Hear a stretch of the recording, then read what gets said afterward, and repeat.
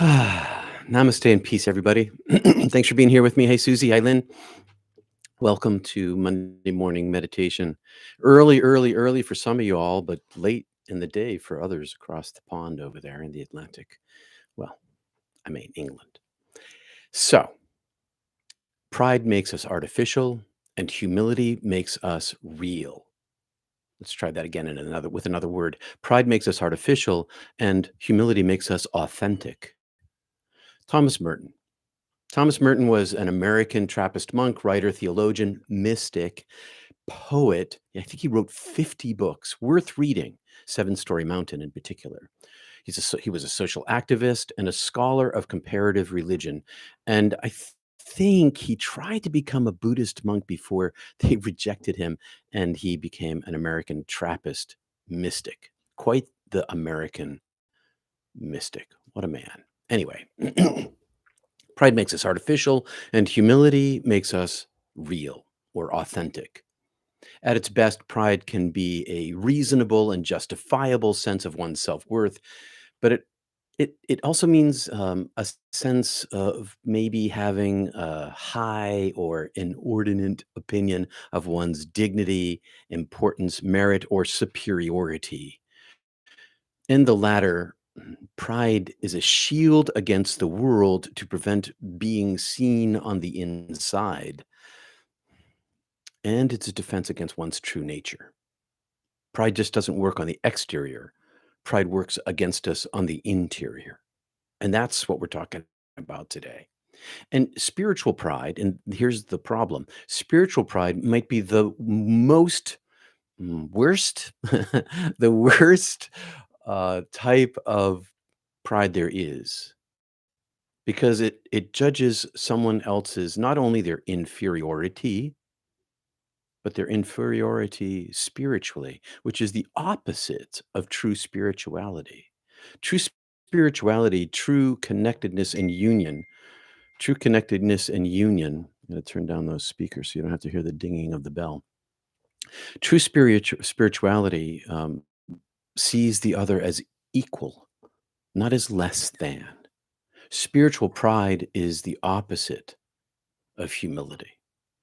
Humility is an action that arises in the heart when one practices one's true self worth, which is of the divine. One's true self worth arises from the knowledge, the experience of one's own real true self. Think about it this way. The divine, the energy, most powerful love pervades all things that exist. All things are made of the thing that is no thing. That's a radical equality among us all.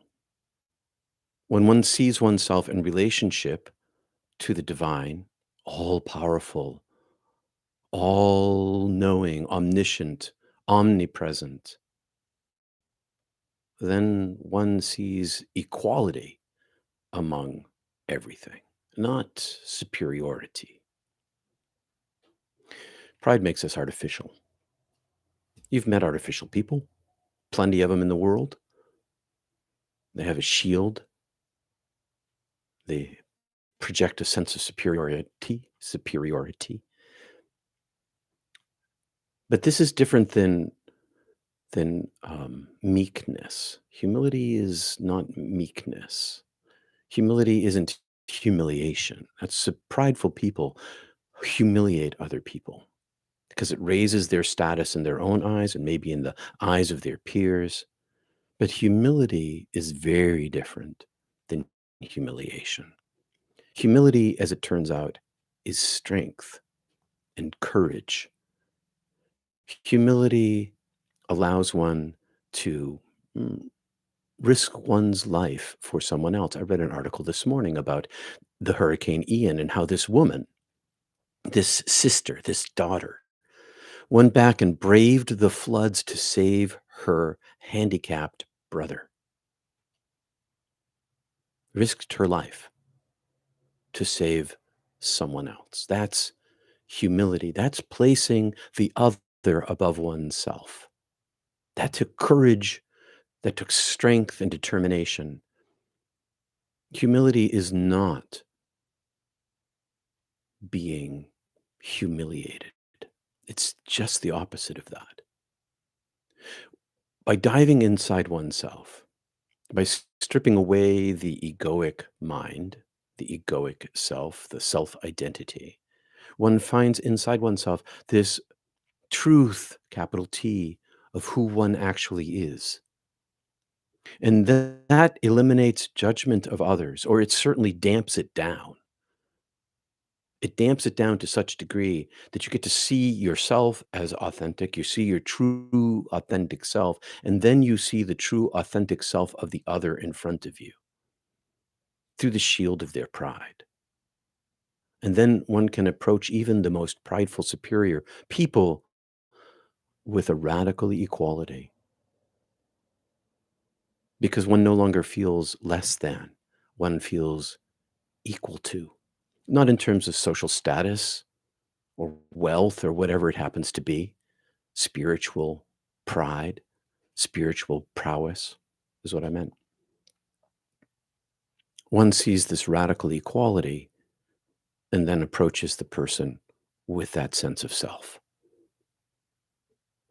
I hope that helps people this morning. Thanks for being here. We got 19 folks joining us today. A little bit of teaching on, hey, Kidia. Uh, 19 folks here this morning. A little bit of teaching on meditation. If you're just joining us here for the first time, we mostly practice what's called centering prayer practice, which is basically taking a single word or a very short phrase and repeating it on your breath into your belly, into the pit of your belly, your sacral chakra, and back up and out your nose and back down again. And when your mind wanders, you just return to your prayer. It's a practice that trains the mind, it trains the brain to a singular focus.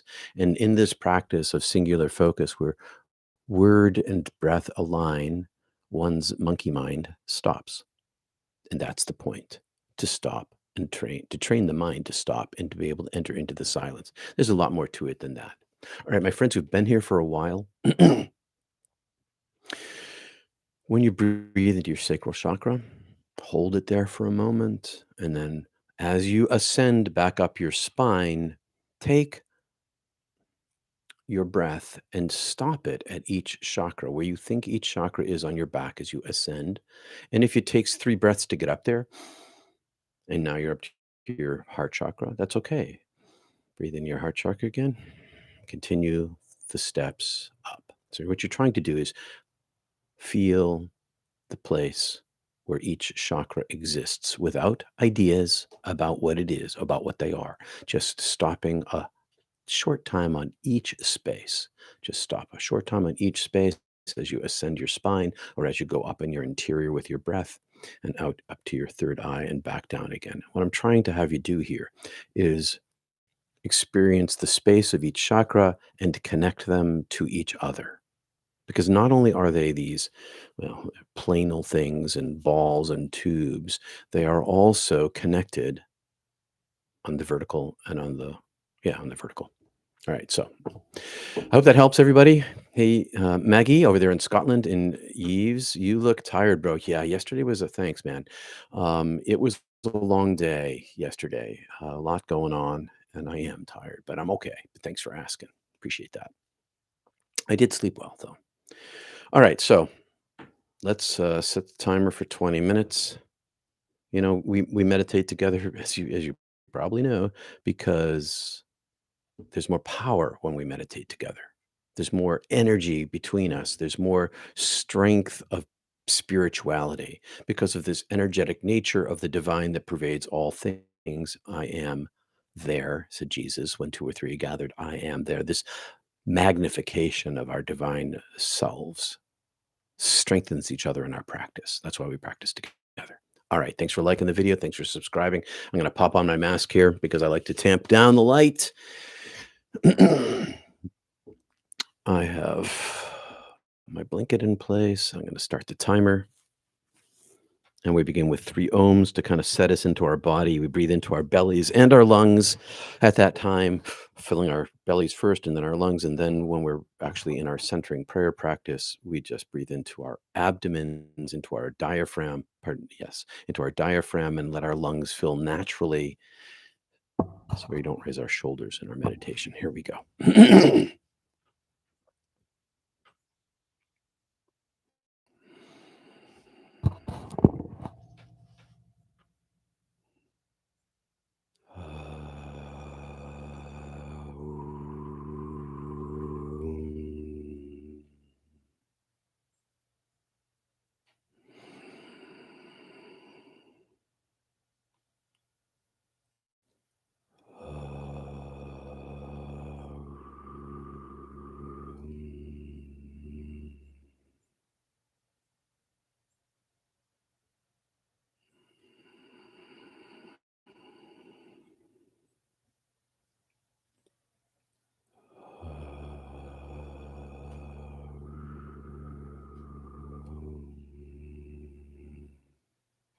Centering.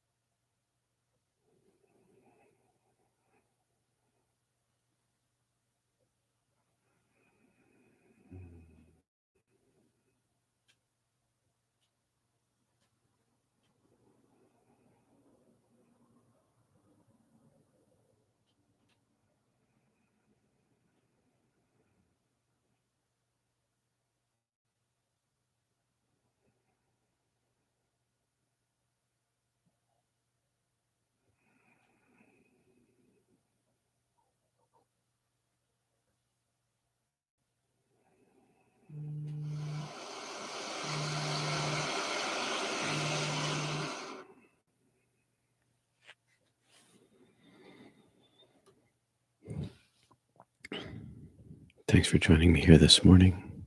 Thanks for joining us. Namaste, my friends. Peace and love to you.